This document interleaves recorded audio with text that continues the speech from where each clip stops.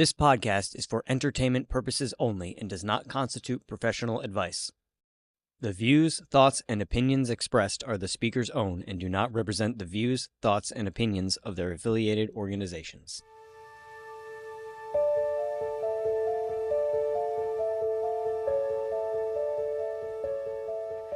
Welcome back, everybody, to Ready to Connect. I'm Lisa, I'm Heather.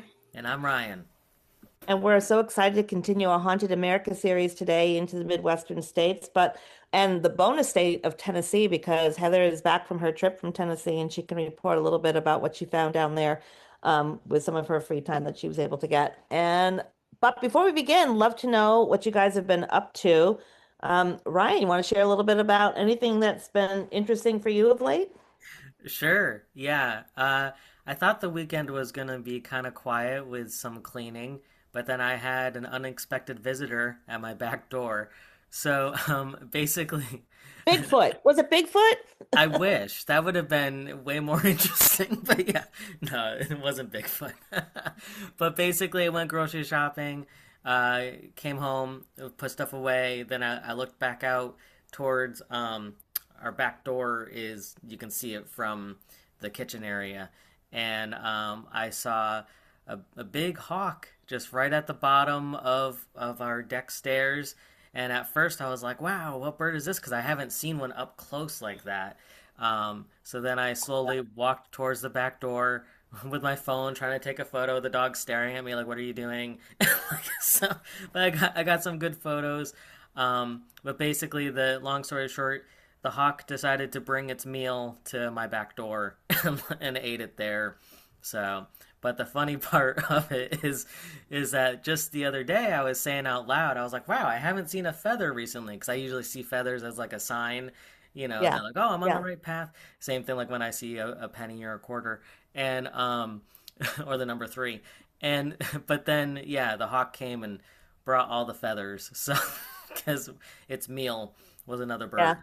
So Nice pile now of photos. now there's a pile of feathers, yes. That's a really big message then, isn't it? It really is. I was like, I don't know what this message is. I guess I'm on the right path. Everything's gonna be fine. Like, so yeah. Were you able So, to figure out what kind of hawk? um, that's a good question. I think, to be quite honest, I think it might be one of those red tail hawks. Just Yeah, there's because, a lot of them, right? Was it like yeah, a deep auburn color with white spot, kind of white filtering through the feathers?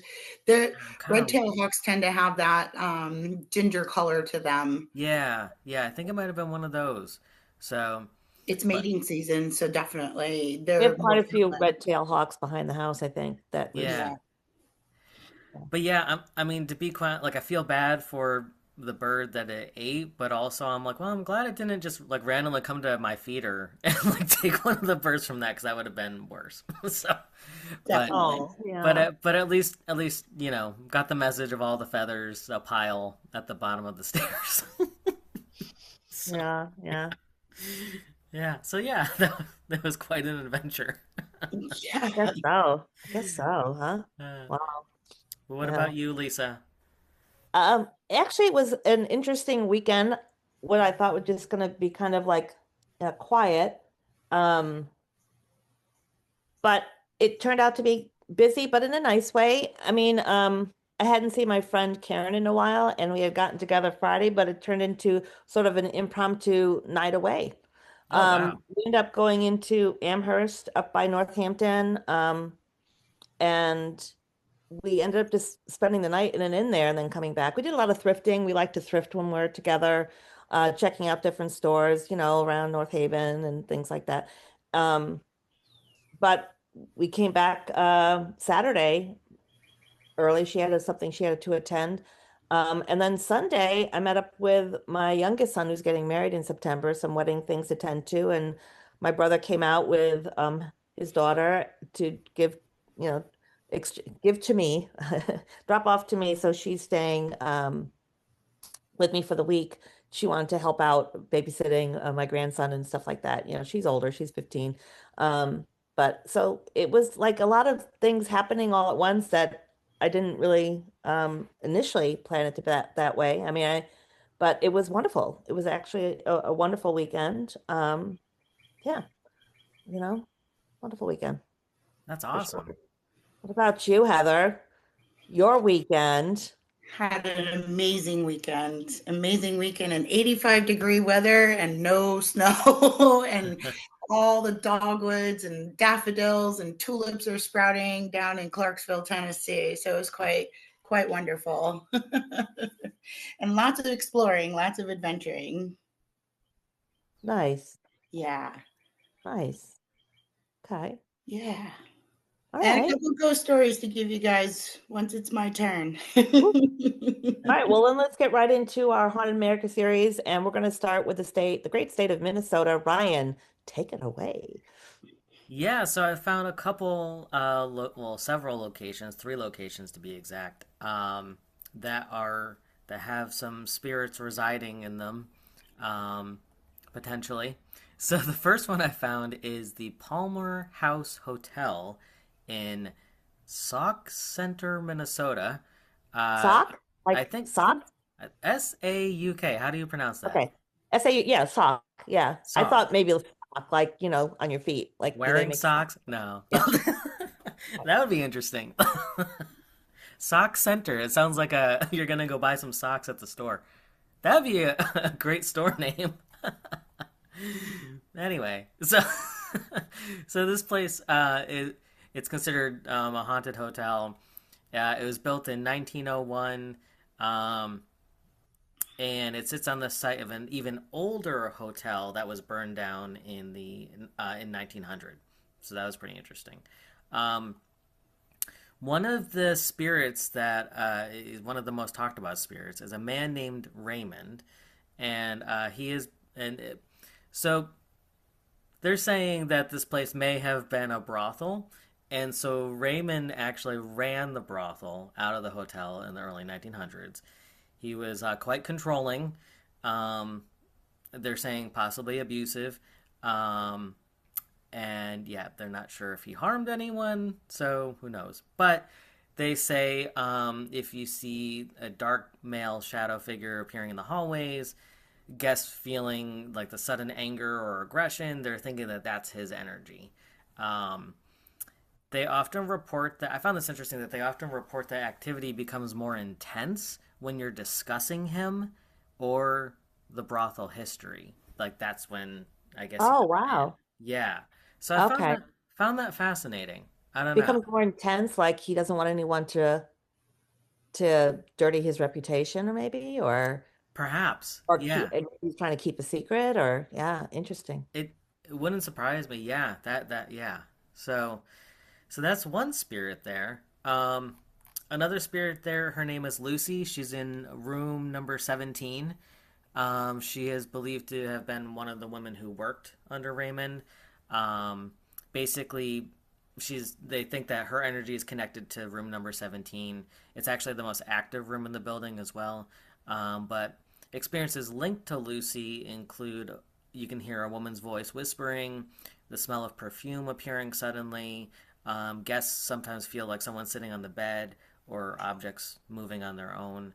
Um, and then they're saying that some investors believe that Lucy may be more like a protective energy, that like maybe she's trying to warn visitors about Raymond too. So I don't know. I found that interesting. Um, yeah. Then there's also another spirit called the Bride. So a woman who is reported wearing a white wedding dress.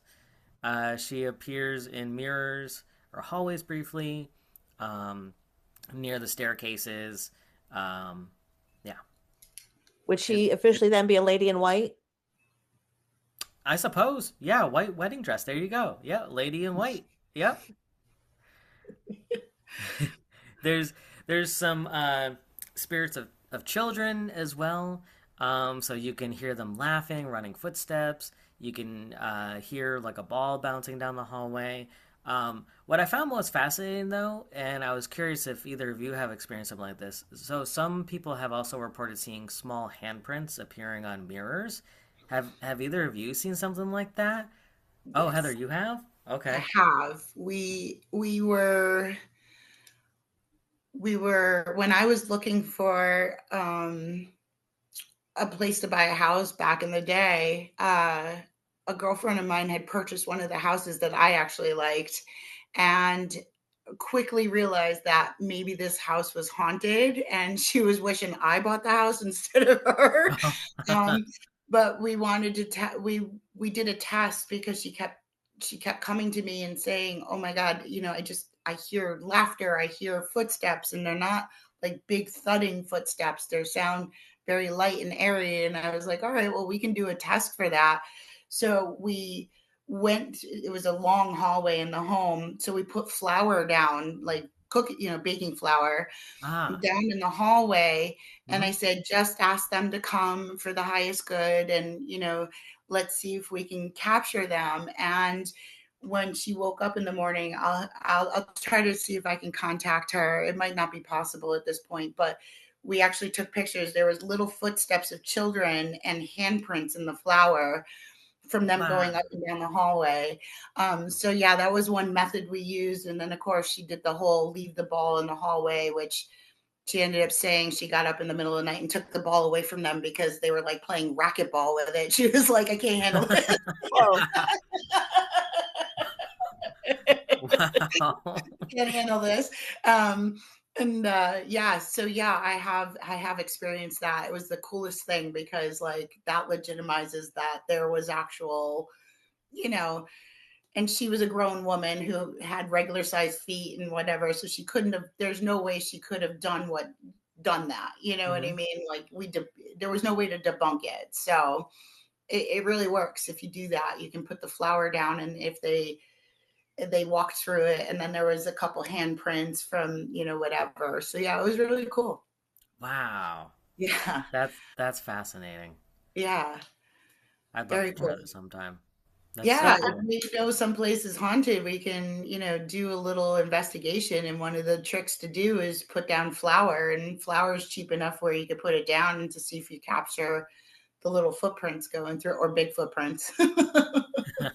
You if just you're have in a to. dusty house, if you're in a dusty house, and you don't have to worry about it. But no, I've never seen like handprints or anything like that on a mirror materialize like from steam or anything like that. That would be really kind of creepy, actually, to see something like that. You get those horror flicks where the steam says, I'll kill you, comes through on the mirror and like, ugh, I don't know about handprints. And Um, I just conjure all these, scenes from horror flicks with, hands coming through the wall and stuff. oh no, thank you. If I saw a hand melting through the wall, I'd probably be like, I'm out. Yeah. There's a lot of things that dolls for me, basements for her, and hands through walls. There we go. Clowns, no Oh, clown. clowns. No Oh, clowns? All right. I'm all right with the clown. We'll creepy cross it off the clowns. list. No clowns. We're not going to go investigating at Barnum and Bailey's, museum. Just not No, doing if it. if we ever do a road trip, a haunted America road trip between the three of us, I think between all three of us, there's at least one brave soul for each little um place that we go. That's true. That's a good point. For So the we can, dolls, it'll be Ryan. yeah, that's I could fine. do a basement. I could do a basement, and I could do a clown, but a doll, that's all on you, Ryan. All We'll right, what just else did you find we'll in just Minnesota? divide and conquer. Yeah. um, yeah, and then lastly at this place there was a spirit called the Tall Man with a Hat, and I know we were talking about that briefly last week. I don't know if we were recording at that point, but the fact that we tend to see like the women in red, the women in green, but then it's like the tall man with a hat. Like it's just What like that sounds okay, like to me that makes me chuckle. Do you know the storybooks Curious George? yes, The tall yes, man with the yellow hat or whatever it was? Yeah. yeah, yeah, yeah. And so then I was like, what about with men? Like, are there any like the Green Man? I don't know. But then I was like, when I go, am I gonna be known as like the fun-loving Muppet lover in green? Like, I don't know. Like, Watches the birds. I don't know. I don't know. Yeah, like Who leaves coins everywhere? There you go. We hit them all. exactly, exactly. So, but the tall man with the hat. So he's just All seen right. with an old-fashioned hat. He's seen several times in this building. He appears at the end of hallways, stands in doorways, watching guests. He tends to disappear when approached. Um, so yeah. So that was this place. Another interesting place that I found is I'm gonna butcher this name too, The Wabasha Street Caves. I How do you spell it? Wabasha. Wabasha. Wabasha Street Caves. Okay, so I thought this was awesome. We're definitely gonna have to go visit this if both of you are okay being in caves. I'm from the cave. But okay, Heather's saying, all right, so so Maybe only if you hold my hand. I'm cool with the cave. okay. So Do it's some a spelunking. network of man-made caves carved into the bluffs alongside the Mississippi River in St. Paul. Um, Currently, they're used for tours, events, swing dancing. But there used to be speakeasies there. The mob was in there. Like, there's a bunch of history here. So, but they had like nightclubs, dance halls in there. So it's pretty cool. It was pretty popular during the 1920s and 1930s. So they think that there might be some gangster spirits in there, perhaps. So witnesses sometimes see men wearing long trench coats or suits. Okay, so that's different than just a guy with a hat. But but they're also wearing fedora style hats. So okay, there we go. But So how is a fedora? I could see like maybe a cowboy hat or a top hat being tall, but how's a fedora? yeah, Isn't a fedora? Yeah, okay. yeah. So they're wearing long trench coats or suits with fedora style hats. Okay. They're believed to be gangsters or mob associates from the 1920s, 1930s. They're usually, let's see, seen like deeper in the rooms where the old nightclub and gambling areas were located. So usually you'll see them like standing silently along the walls, or like appearing briefly and then disappearing. Sometimes you can hear male voices like arguing or whispering. So found that interesting. There is a woman in white, so she's there Yay. as well. We're She's gonna need a lot of white pins. yeah, we're gonna like, usually wearing a long white dress. They're saying that she kind of looks like she's gliding rather than walking, and she's mostly seen at the old dance floor area, where they hosted live music. So people are wondering if maybe she was a singer or performer, or maybe just a guest. Um, this is fascinating. There's a bartender, well, a spirit bartender there. So, Ah, yeah. So you So, can get your spirits from a spirit? yeah, there you go. You Yep. like that pun? There we go. Yeah. Yeah. So they're thinking that once again he was from the speakeasy days. So it's just a man standing behind a bar when the room is empty. Sometimes you can see movement with the glasses or bar items.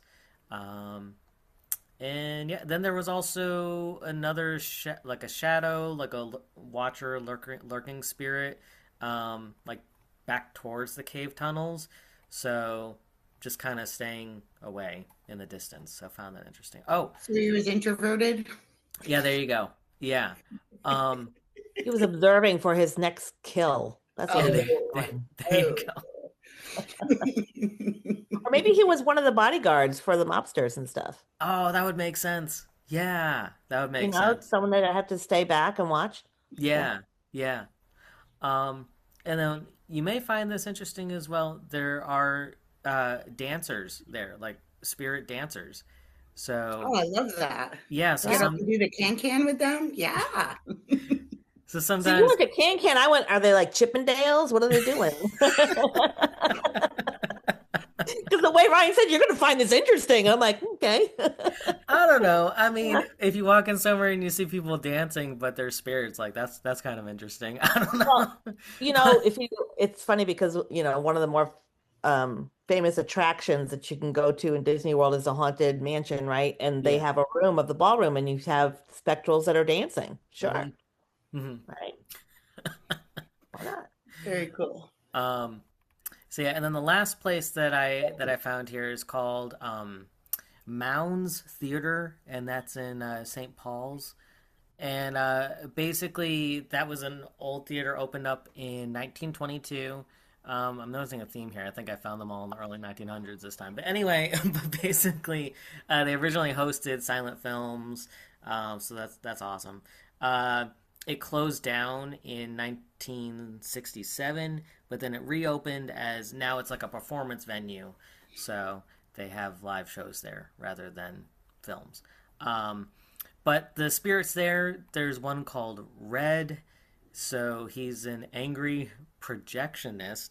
So he was a former projectionist who he worked at the theater's projection booth, and he gets angry if people go in there. So he will actually like throw objects.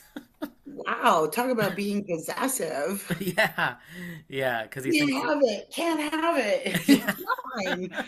It's mine. yeah, I yep, guess this is back before, Blockbuster, and now we're dating ourselves, right? Back before Blockbuster when you could just rent the film, right? I mean, everything yeah, was coveted because it was on reels. right, Yep. right. Oh yeah, especially in the 1920s and 1930s, absolutely. There's a little girl in a pink dress, so we have pink as Oh, well. now we Um, got a little girl in a pink dress. That's when we yeah, got to talk. yeah, she appears usually near the stage or in the lobby. Sometimes like you'll see her bouncing a toy ball, or you'll hear children's laughter when she's around. Um, there's also another spirit named Jim who was an usher there, and so you'll see him in the theater just walking through the aisles, or he'll just be standing near the sitting area. Um, Making sure you're not throwing popcorn. exactly, yeah, just doing his job, you know. Doing his job. Yeah. So yeah, so that's what I found there, and I don't know, all different places, all different kinds of spirits. So it'd be interesting if any of our listeners have been to any of those places, um, especially yeah, I don't know, I'm just curious. So Absolutely. I'd love to meet the little girl. Maybe we could get her to play. Maybe we could get her to, dance around for us, or, get her to laugh on recording. That would be great. That would be really Have cool. to throw some flour on the floor, particularly in the Yes. too, to get the dancers and all their footsteps. Yeah. Yeah, yes, that would be cool too. And if we could like cool. digitally record to see the changes, that would be really cool.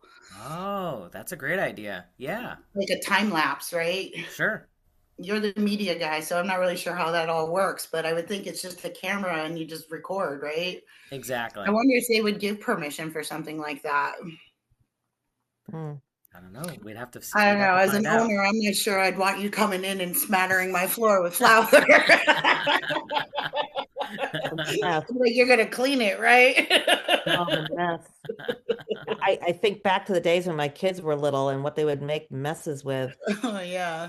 The worst, I think, was when Christopher found the Vaseline tub and Vaselined everything in his room.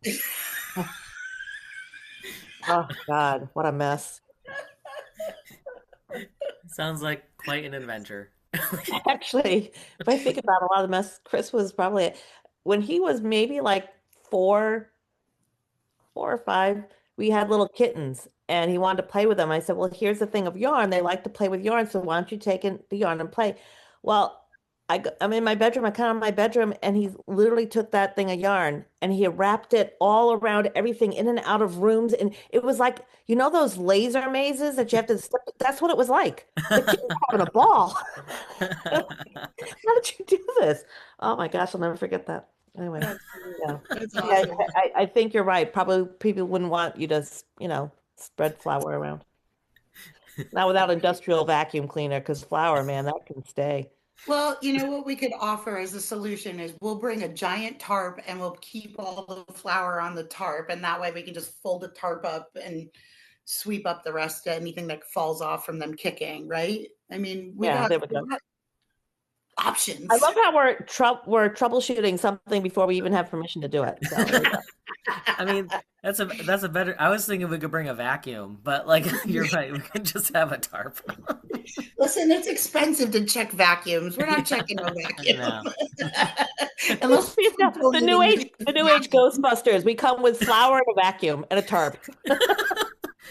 and you get to keep the vacuum because we're not traveling back to with it to Connecticut. So all right, so they get a parting gift. Here's your vacuum. Parting gift. You can have a vacuum full of the flour that we put all over your house. There you go. Oh man. All righty. You gotta make it. All right, ready to travel to Wisconsin? Yes. Yeah, go ahead, Lisa. So I went to Wisconsin. Well, I didn't go there, but in my research, went to Wisconsin, and I decided to take a different tack. We've been doing a lot of like hotels. Not that I didn't research some of those, but I was fascinated with creepy roads. How would you like to go down a creepy road or walk down a creepy path, and what would happen? So I did find two actually in the great state of Wisconsin. One is called J Road, and it's purported to be maybe one of the most haunted roads in Wisconsin. Um, it's said to be a rural drive that stretches from the small town of Boltonville in Washington County to the shore of Lake Michigan. Some people call it a bleak rural drive. Hmm. It's supposedly thickly lined with trees and it has a stagnant swamp um, that's adjacent to it. So there are two uh, ghostly legends around J Road. The first, and probably not as well known, is one of spectral cats. So ghost cats. And Nice. that story is about a woman who lived alone on J Road with her cats. According to legend, teenagers from the town used to harass the woman, and eventually it escalated to where her home was set on fire. Oh, Uh, And the house supposedly burned to the ground, and her beloved cats were lost to the blaze. is this where the crazy cat lady theory comes in? I don't know about that.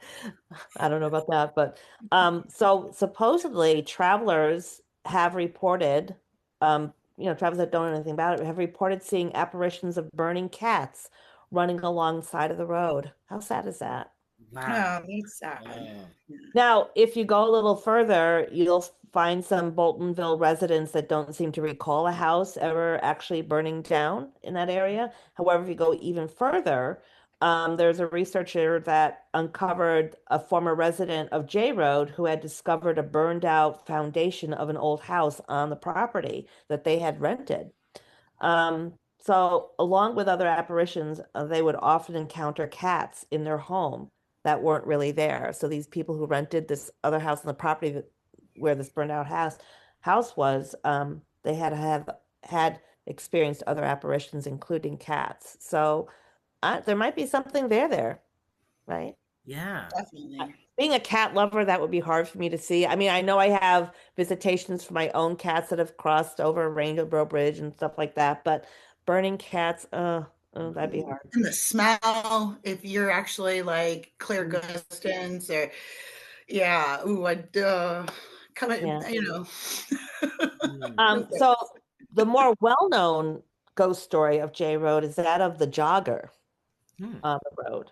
So apparently there was a tragic accident that happened. According to the story, a woman was out jogging along the road and she was struck by a drunk driver, and the force sent her careening into the swamp. Remember, there's a stagnant swamp there, and her body sank into the muck and was never recovered. Mm. Um, so apparently on certain nights, um, of course, with the fog rolling in over the swamp, rolling in from the swamp over the road, people have reported seeing a woman still jogging down the road. Um, when their headlights hit her, she apparently will glance at the car and then vanish. Um, and if you look back in your rearview mirror, you can see the jogger again. So, yeah, apparently she startled many driver. Um, And it is reported when you look in your rear view mirror, if you don't see her jogging on the street, you'll see her sitting in your back seat. How would you like Wow. that? Pick up the jogger. She's like, Wow. I'm tired of running, man. Give me a ride. So apparently she startled many a driver by appearing in their back seat when they looked Wow. in the rear view mirror. Yeah. That's Uh, that's something. so I don't know which would be more alarming for me, going down J Road, seeing burning ghost cats, or if I'm driving, looking in my back seat and seeing, boop, there you are. Mm, I don't I know. I think it'd be startling either way. Yeah, either way, for sure. Um, Although we do talk about this in like psychic class, how like sometimes when you're driving down the road, if it's not that white line or yellow line hypnosis, right? Like when you're driving down the road and all of a sudden you find yourself like answering questions like, yeah, I can see that, or yeah, and we talk about how sometimes our family members or spirits when you're driving will jump in the car with you and you find yourself just having conversations. I mean, nothing. Well, I suppose if you're not open to it, it'd be pretty creepy to like look over at your passenger seat and see someone talking to you. But I mean, I've had that happen where I'm just driving, jamming out to music, and all of a sudden I look over and I'm like, yeah, I can understand that. And it's like, wait, who am I answering? Right. Or you look real quick in the back seat and you see someone, sitting there. So, I mean, it wasn't creepy, but like it can happen. You can Well, always get that. I don't think it's very creepy to you because you're clairvoyant to begin with. So that's in your wheelhouse of your experience, right? For me, I'm not as clairvoyant all the time. So when I do see spirit in that, it's startling. I wouldn't say it's scary, it startles me. But I definitely Well, do yeah, get because the people in a car with me. Sure, I would sense their energy and I would pick that up and, definitely start getting their thoughts and things. But yeah, interesting. what about So you, Ryan? Ever have a conversation? You just start talking to yourself and you're like, and then later realize, who the hell was I talking to? right, Yeah, exactly. to be honest, I just assume I always have spirits in the car with me. There you So, go. so I'm just always talking to them. I'm like, hey guys, here we go. We're gonna, Especially in your car, apparently, you need that extra yeah, guidance and help. exactly. I'm like, let's put a bubble around the car right now before we go anywhere. There you go.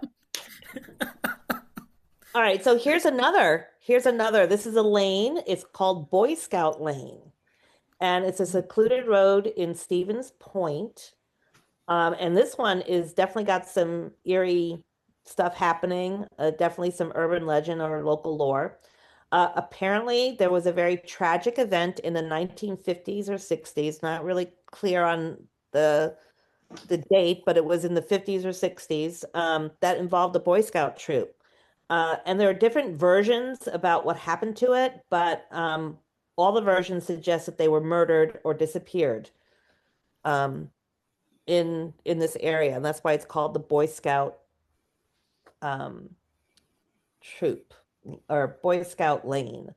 Let's see. So here are the three different stories or legends around what happened to the Boy Scouts. So it was either they were murdered by their scoutmaster. That would be really sick and sad. In other stories, it's the bus driver um, that killed them in I guess out in the woods. And then the other story is that a small group of scouts left the camp and accidentally dropped their lantern, which created a forest fire that and killed the entire troop. Either way, they're all very tragic. Um, so, you know, whether it's the bus that crashed and caught fire, whether it's the scout members that dropped the lantern and caused a fire that killed them, or the scoutmaster that murdered them all, this Boy Scout troop apparently disappeared, and it was thought that they were murdered. So, Hmm. so what are the stories of the ghosts of Boy Scout Lane? Well, apparently, it has been reported that you can see lights in the woods, like lantern lights swinging, as Hmm. if you're hiking with a lantern light. There have been reported sightings of a ghostly bus. Wow. So I guess the bus they see traveling and then it disappears. And then there's also been Boy Scout apparitions that people will pick up and see. A strong sense of foreboding or being watched. You can get the sound of footsteps or breaking branches coming from multiple directions if you're on this lane. Hmm. And this is interesting. If you happen to have brought your car and you parked it and get out and walk the lane, people go back to their vehicles and they discover handprints on child handprints on their car. Wow. Ooh. Well, now we could do that. We could, like, rub the rental down with something to have them, leave their handprints on the car. Just make sure we take it through the car wash after, maybe. I don't know. Well, I We get don't the need sense flowers that for that. the Powdered handprint, blue or something. I get the, I mean, if they're leaving a handprint, then their hands are probably dirty, and they leave or Hmm. whatever it is. But I just found, if you're in these areas and you're walking down, you're hiking and you hear about different things, but these are two different areas in Wisconsin that have a ghostly lane or a road to go down.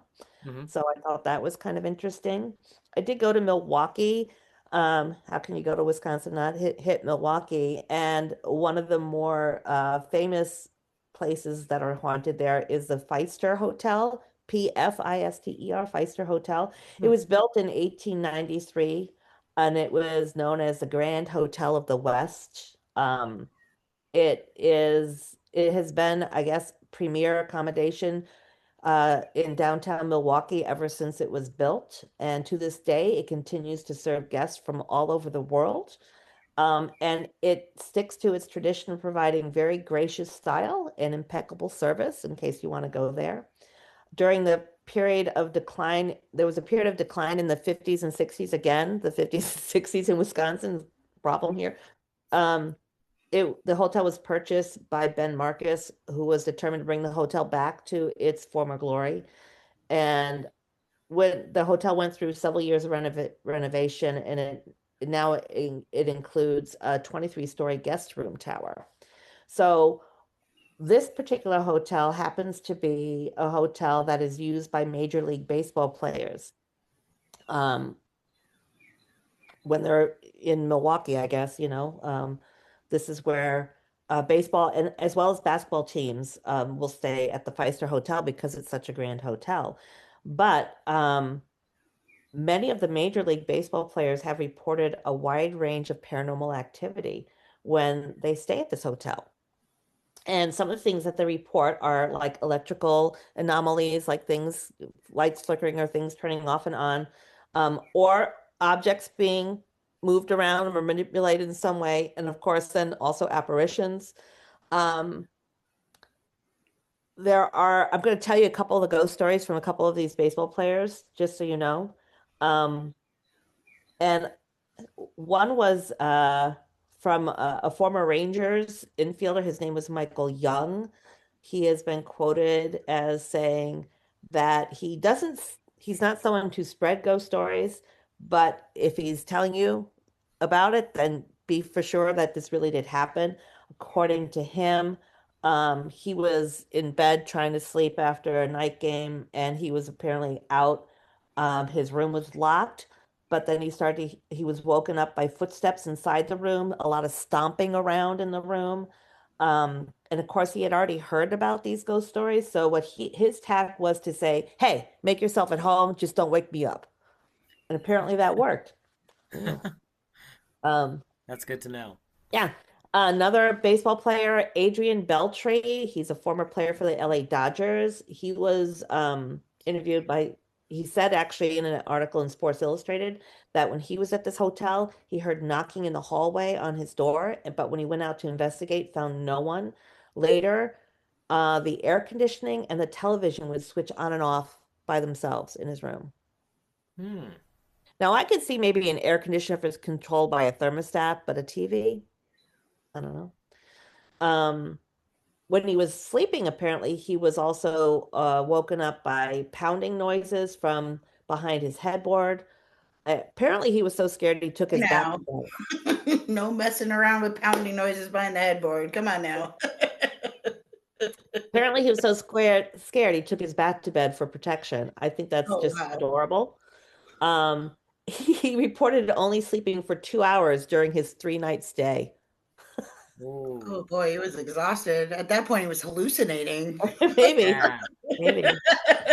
Um, and now another baseball player from the Minnesota Twins. He was playing for the Minnesota Twins at the time. It was Carlos Gomez.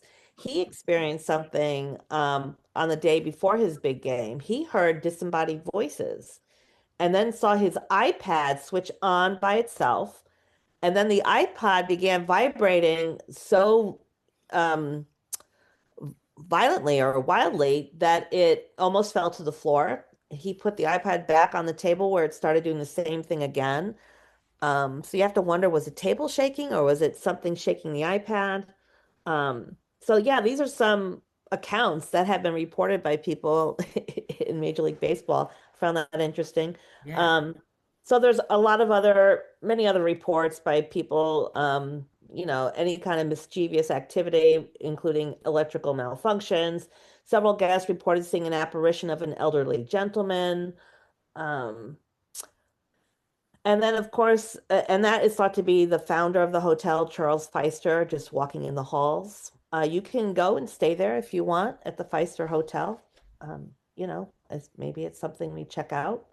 Um, I did try to look up ghost ladies that have a color attached to them. I did find, and I got real excited, and then I got um, not so excited. I found mention of a lavender lady. Oh. Yeah, and I thought, oh, cool, we could put a purple pin on there, right? Yeah. Um, she was found at the Rhodes. You can find a lavender lady at the Rhodes Center for Arts. And in recent years, I guess there is tales of a spirit called the Lavender Lady. Um, she hangs out in the restroom that's attached to the lounge in this theater. And the reason she's called the Lavender Lady is not because she's lavender, but because she smells like lavender. Hmm. So this ladies' room restroom is filled with a lot of long mirrors, and one of the more common claims is that you can see her form in the mirror. Um, so she appears in those mirrors, and if you don't see her, you can definitely smell her lavender perfume. So, Okay. so I was excited for the lavender lady, but then she turned out just to be smelly and not so much purple. So, uh, yeah. Yeah. And then, in my quick grasp for some sort of lady that had a collar attached to her, I did find that there is in the Mabel Tainter Theater, um, in I might butcher this, Brian, Menominee, Wisconsin, Menomnie, Menominee, Wisconsin. It was built in 1889. It was originally a structure that was created to give tribute to Mabel Tainter, who was a young woman from the area who loved the theater and arts, and she died at the age of 19 in 1886. And her parents, who were very wealthy, constructed this theater as a memorial to her. Um, so it is said that in this theater, there's a lot of things that do happen. So in the changing room area in the downstairs of the building, people have seen shadowy figures, heard phantom footsteps. There's even been a paranormal group that went in there, and of course, they caught voices on their audio recorders. Um, a lot of times people feel as if they're being watched in these changing rooms, which of course would be uncomfortable. Another haunted area in this theater is the auditorium where performances are taking place. Again, people will see shadowy figures walking through this area, um, and they simply just disappear. The figures are most often seen on the catwalks that are over the stage, right, where the lighting and all that stuff is. Um, and they hear voices and footsteps coming from the catwalks, despite no one being there. Um, Other times during rehearsal, actors will say they see people watching them from the seats, and these figures will then vanish. And then still other times, some weird things will happen with the soundboards, and apparently the organ that's there will make noise on its own. But apparently, the most famous ghost that haunts this theater is that of Mabel Tainter herself, and she appears as a woman in a white dress. There you go. So this is a woman in white, and she will be seen floating through the building. Most of these apparitions are seen on the second floor and in the women's restrooms. So there you go. If you happen to go to the Mabel Tainter Theater and on the second floor and you see a woman in a white dress, woman in white floating by, just say hi to Mabel, apparently. So again, I would love to know if anybody in Wisconsin have traveled these spooky roads or been to the hotel or this theater. Um, I don't know. That was my research in Wisconsin. I know there's lots of other places. When I was in reading up on Wisconsin, I found this really cool house that I would love to visit called the Octagon House that apparently has a lot of secret passageways through it. Hmm. Yeah, but yeah. Anyway, that was Wisconsin. So that's in the Midwest, but let's go back down to the South, to good old Tennessee. What you got? Again, it is sales. Absolutely. It was a different way of life for sure.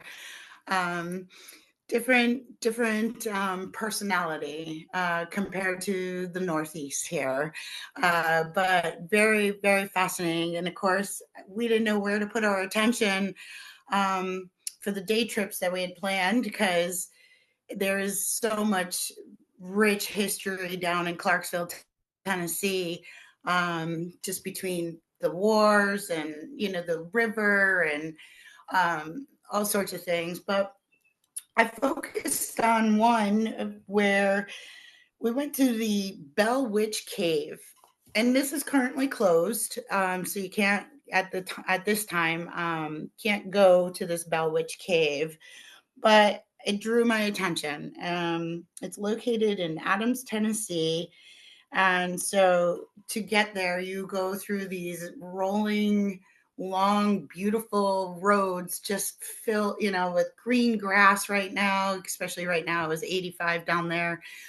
Big difference from our northeast weather. Didn't pack correctly for that one, but that's okay. A little sweat and tears, right? Nothing wrong with that. So we took a ride. It's about 45 minutes outside of Nashville, in Adams, Tennessee, and it's called the Bell Witch Cave, which is located next to lots of property, and it also caught the attention of future, at that point in the 1800s, future President Andrew Jackson. And the Bell Witch of Adams has so much folklore around it and so many ghost stories around it, where they're saying that if you go into the cave, you're going to have this haunting. If you go into the homes, you're going to have these hauntings. So what is the Bell Witch? It was a supernatural story that has come to be at this point.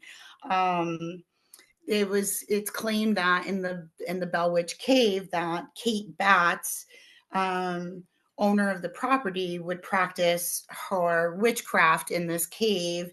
And so the tour hall prides itself that when you go into this cave, you're going to have some form of supernatural interaction. But then you have the reality story of, it's believed that Kate Batts used that cave to escape the heat. Because down south, we get those humid, mouthful of soup kind of feeling. And that was a terminology that we were told. When it gets so muggy and humid down there, it's like breathing in a mouthful of soup. And it kind of raised an eyebrow, because that's obviously not something we say up here in the Northeast. Although I can remember a few days, I'm sure you guys can too, where it's been pretty humid and it does feel like a mouthful of soup. Yep. But the accounts is the Bell Witch claimed to be, like I said, Kate Batts, and then she had an unfriendly neighbor of John Bell, who was believed that he cheated her out of land, and she was very angry about this. And so I don't know. We came to realize quickly that folklore and maybe reality were bumping into each other just because it's a great story. But give me 1 second. So from 1817 to 1821, a man named John Bell and his family were harassed by a mysterious and invisible spirit known as the Bell Witch. And this became legend down here in Adams, Tennessee. And it was said that this witch had the ability to speak and shapeshift and be in multiple places at once. Now, this is probably a dream for a lot of people, or, that want to multitask. Included. I would love Yes. that. That'd be Yes, cool. yes. But the area down there in Tennessee, especially back in that era, it was just rolling wilderness, forest as far as the eye can see, and you wouldn't see your neighbor unless you went miles, to get to it. But they say that there was strange occurrences during this whole time period where the Bell family farm came across a dog-like creature. And this is where John Bell fired his gun at this animal, and it vanished very quickly. And then following that vanishing of the dog, there was many disturbances that the Bell family reported. They began to have knocking on their home and noises and lots of gnawing sounds and sounds of chains dragging across the floor, which I really couldn't find any research why there would be chains dragging across the floor, because she was a free woman and but again, folklore meeting, hitting the pavement to reality. But they do say that it became, after all the sounds, and it became interactive. And this is where the family of John Bell and his wife and his daughter Betsy seem to have received most of the abuse. And there's an account that the witch possessed Betsy, the daughter, and she began speaking in tongue, full conversations in tongue, where the family felt that she was possessed. And it was directed at John Bell with insults, and they quickly responded that the witch had possessed her. And John pleading with the spirit, asking the witch to speak to him, which apparently has happened. And the spirit was, telling him that I was a very happy woman and you've disturbed me and you made me unhappy. Even the families, and I use this word loosely because we're from the Northeast. We don't have certain Southern prejudice that they do still have somewhat in the South, but they use words because this is back in an era when this was real, where the families enslaved workers did report strange happenings. So there's definitely some form of something happening on this land, and whether it's through witchcraft or just natural generation, I don't know. But the enslaved people did say that they encountered the witch several times. She would come in the form of a dog-like creature, sometimes having two heads, and admitting that the encounters were all kind of made around this witch. And so Mr. Bell had gone out there. He was going to meet this witch dog at, face value. It claims, as I said earlier, shot the dog and the dog vanished. Many people that still go there say that they're grabbed and that there's invisible entities of fire that happen and terrible odors. But again, the claim is all that it's happening in this cave and at the Bell property, and also at the other property. And then, of course, John Bell became started to decline physically. In the December of 1820, Mr. Bell passed away. And of course, his death was blamed on this witch, that she poisoned him somehow. And it's even said that the witch crashed his funeral and sang cheerful drinking songs during the ceremony. Yeah, pretty fascinating. I'm not sure. I mean, I've been to several funeral homes where, your loved ones are standing there, but I've never heard cheerful drinking songs happening. That's something. Wow. Yeah. But it is said that once John Bell did pass, that some of the hauntings and the abuse kind of stopped, lessened, and then eventually stopped altogether. Unfortunately, we weren't able to go in there and kind of test out that theory. So it was it was a matter of coming to our own deduction of, is this folklore? Is this folk tales? Is this really happening?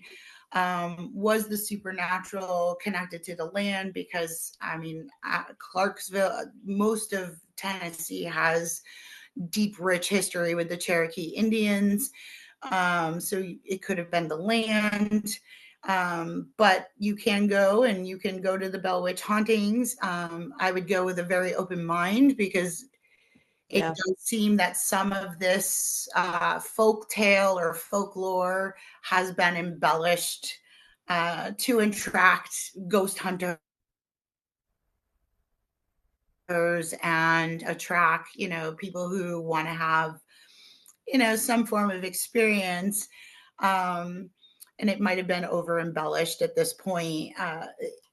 We also received later confirmation when we took a ride to Port Royal State Park, and we were very blessed to meet up with a park ranger who was extremely knowledgeable. We spent over 3 hours with this gentleman, and later him admitting that he is actually married to an ancestor of the witch.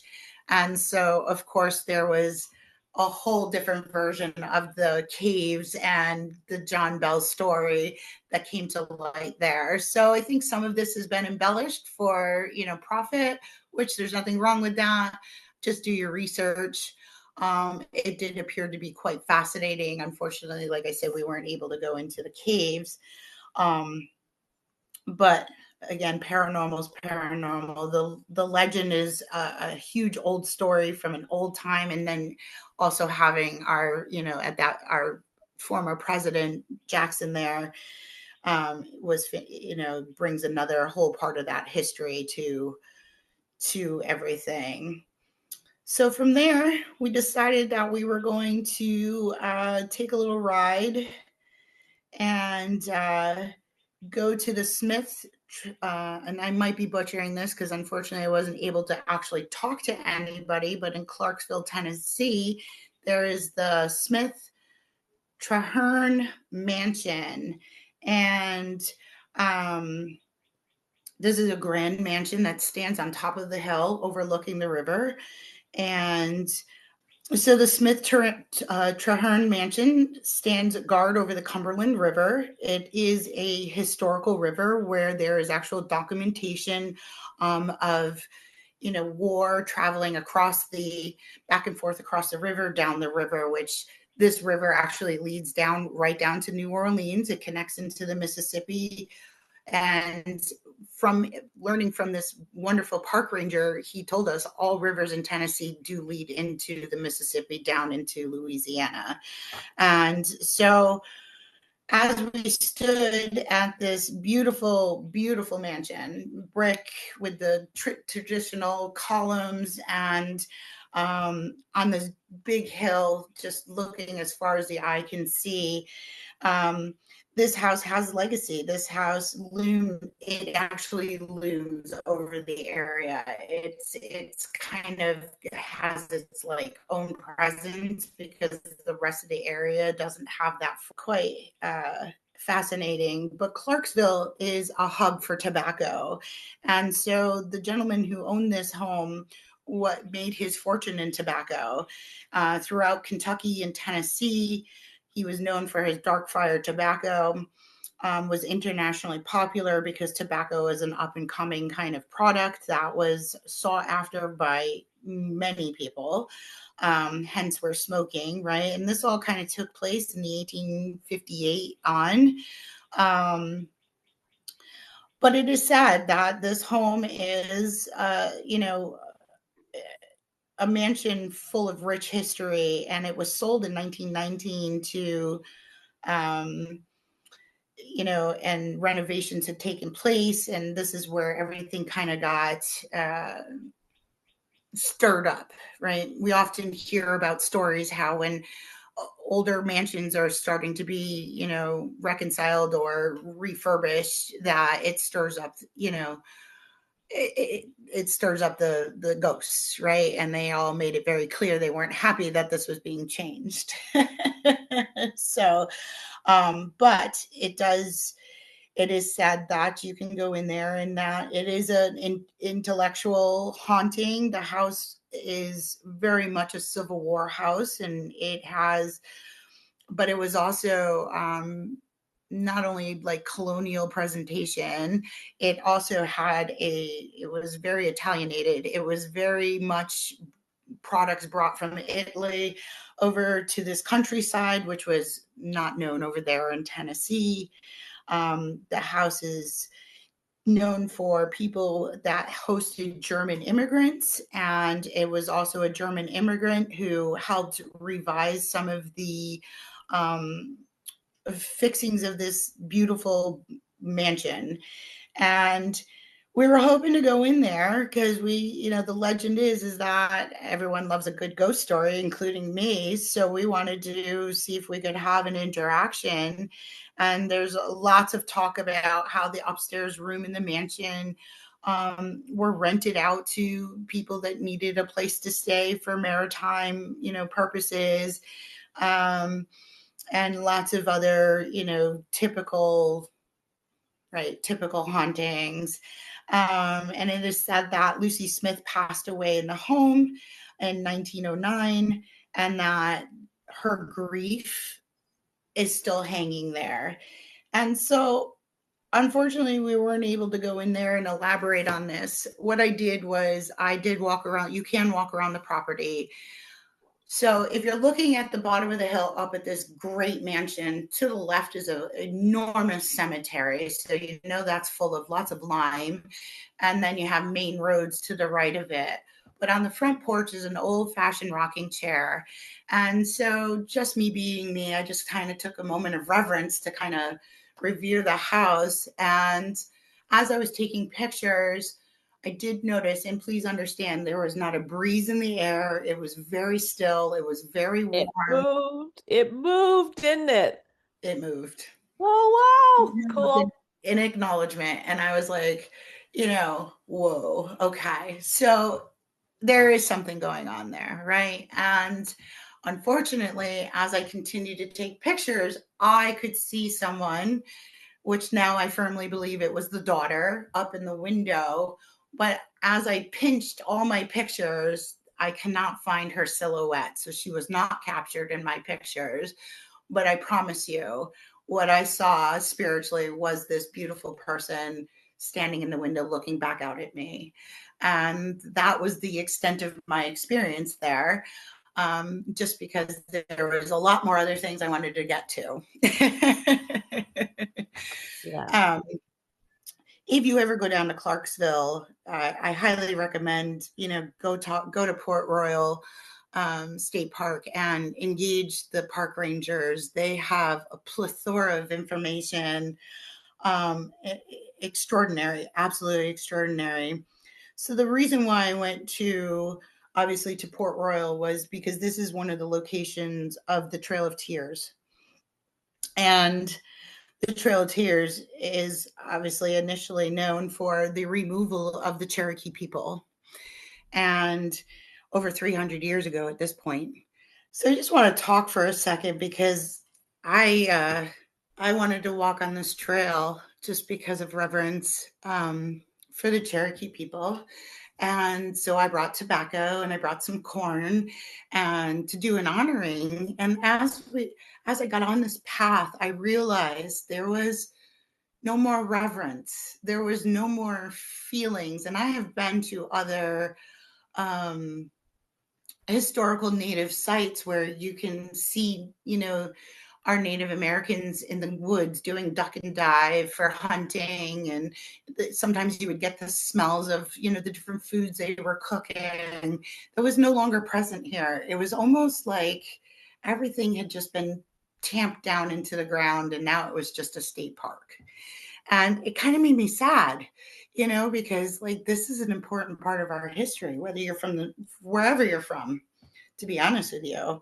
But initially, the Cherokee were given a time frame of 2 years to be removed from their land, removed from this homeland that they only knew. And back in 1837, and very few people, very few Indians obviously wanted to be removed from their land. Nobody wants to be removed from their land.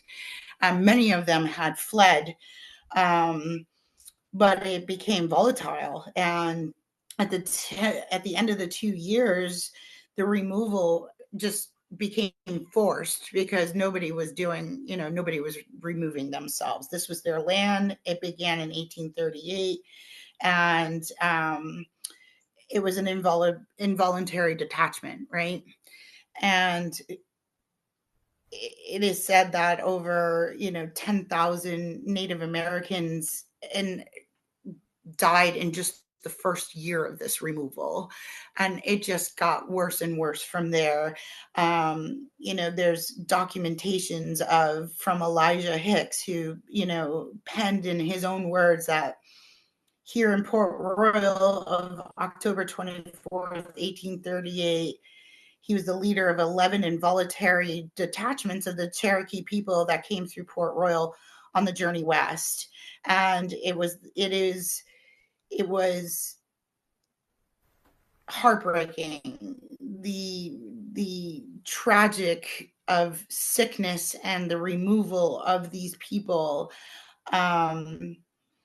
is heartbreaking, right? And retracing the Trail of Tears, you're invited to walk on this path, but again, it's just a park. I mean, we walked into the park and there's one little sign that says Trail of Tears path here, and then you walk down this path and it opens up to the river, and there's people fishing and picnicking and much debris up on the shore because that river floods up to immense amounts down there. They have immense floodings, and I felt sad. I felt sad that we have lost some of this to history, right? That we've lost the true reverence. So when we went over to the main building in Port Royal, again meeting up with this awesome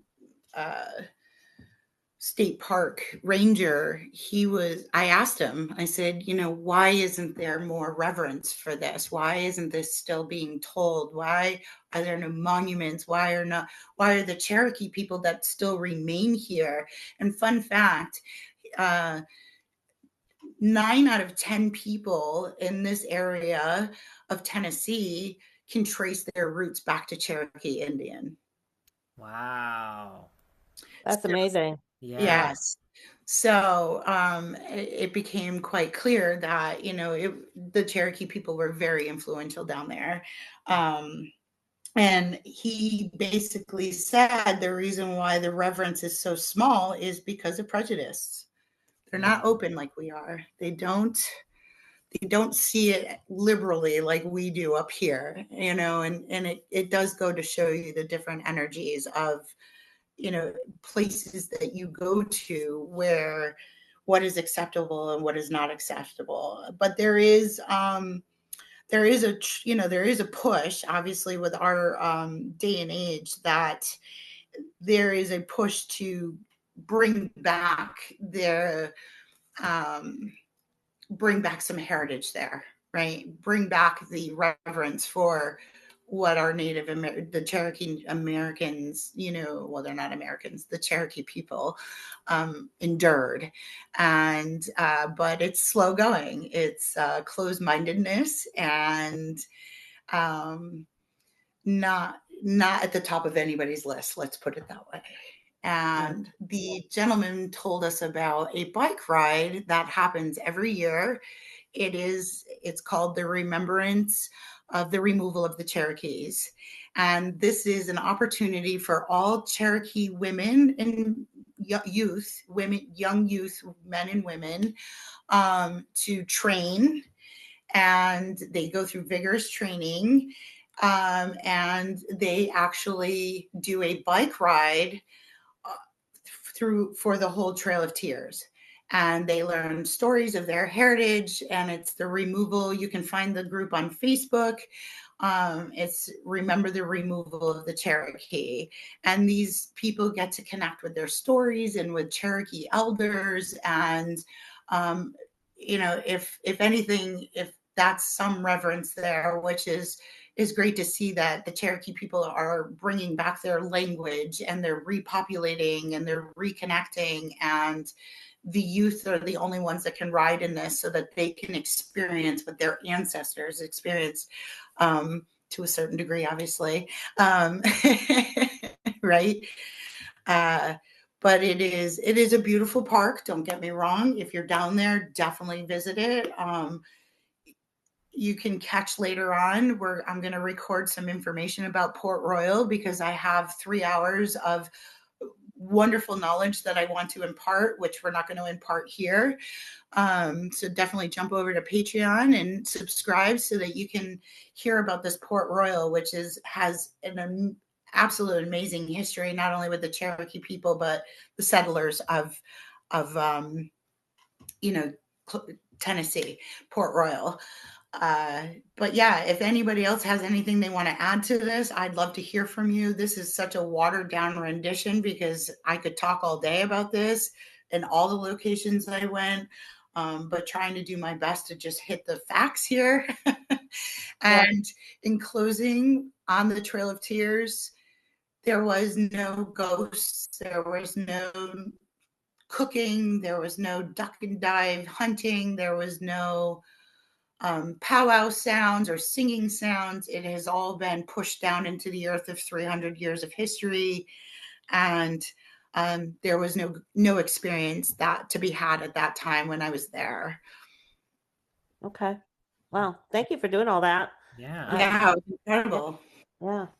All right. Well, we will continue our Haunted America series in the coming episodes. But before we leave today, I just want to do a couple reminders from events that you'll find us at. First, coming up is in March, Sunday, March 29th. All three of us will be at the ASC's New Age Fair, which you'll find on 30 Greenfield Street in Wethersfield, Connecticut, at the William Pitkin Community Center there. So the three of us will be there. We'll hopefully have our map of the United States with all the different ladies that we've been finding with their different pins and color, getting that together for that. And definitely stop by.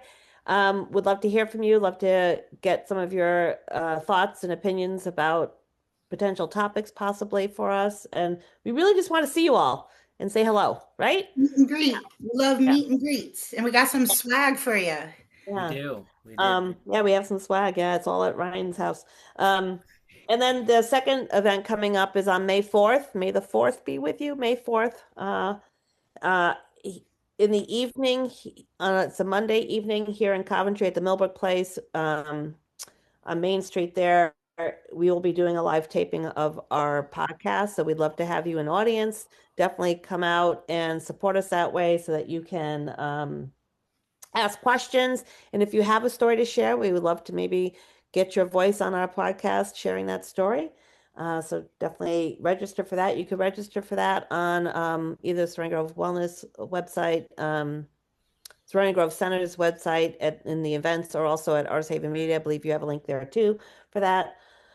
And then finally, just to let you know, we're going to record a special bonus content about the Green Ladies for St. Patrick's Day. And we decided to make that piece of bonus content, which is usually reserved for our subscribers over at Patreon, but we're going to make it public. So if you are not a subscriber yet at Patreon, you could definitely hop over there. We have 3 tiers of support there that you can do.